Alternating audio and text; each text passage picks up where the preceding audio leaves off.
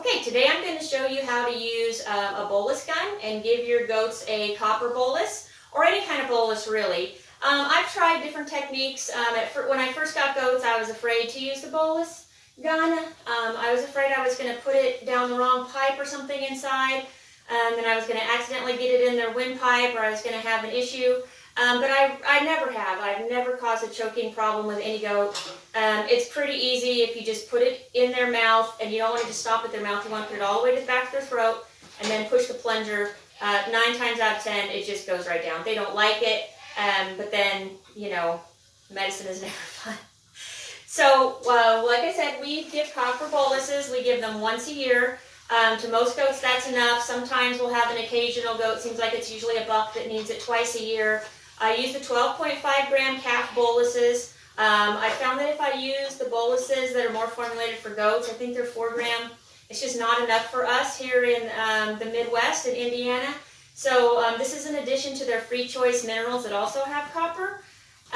We usually do it 30 days prior to kidding. And that way it's the same time, basically every year, and we make sure everybody gets done. And so that's what we do. So what you do is you have the bolus gun. This is just a cheap plastic one, well-loved, obviously, that I picked up at Tractor Supply. And make sure the plunger is pulled down all the way.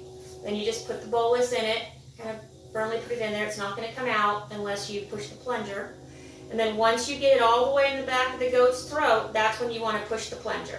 So if you push it ahead of time, or they kind of don't have it all the way back there, they'll chew it up sometimes and it'll come out, and then you got to start all over. So let's give it a try. Hopefully she'll cooperate.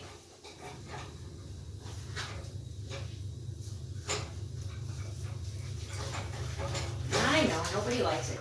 Get it all the way to the back of the throat so you feel like a gentle pressure. And then down the hatch. That's all there is to it. Yeah, it's a little bit, of the struggle with some goats. Some take it easier than others. But for the most part, here, and then she can have a treat. You want some peanuts in this emu? Here. Just like getting a lollipop when you go to the doctor to get a shot. But that's all you do. Works for us. I'm going to try to show you how I do it with the younger does. These older does, they're a lot bigger, but a lot of times with the yearlings, I don't have to actually put them on the milk stand. I can just grab them in the pen and copper bolus them too. It's pretty easy. So that's how we do it. It's pretty easy. It's a lot easier than messing around with peanut butter and marshmallows and all kinds of stuff, trying to get them to eat it. And now she's done for the year. Okay, we're going to attempt this with this yearling doe. She's actually just shy of her first birthday, and she's going to kid next month. Most of the time our does are pretty healthy, pretty growthy and tall and big, and we don't usually have a problem breeding them to kid at 12 or 13 months. She has never had a copper bolus before, since we don't do the copper until they're about a year old. And so we're going to see how it goes, doing it just without a milk stand. So I've preloaded my copper bolus. And I just grab them kind of like this in a headlock type of deal. Use your finger to open the corner of their mouth. Put it down the back of their throat.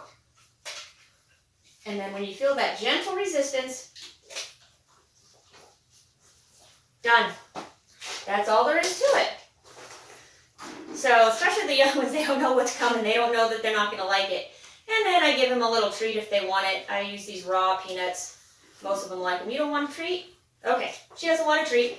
So that's our diva, and I'm glad she did such a good job and made it look so easy. But that's how you do it. Some of the younger does, or the does that maybe aren't quite so difficult, like Emu was, don't even need a milk stand. One person can do it, and you're done in just a minute or two, and she's done for the year too. So thank you for watching, and we'll see you again next time in the milk room.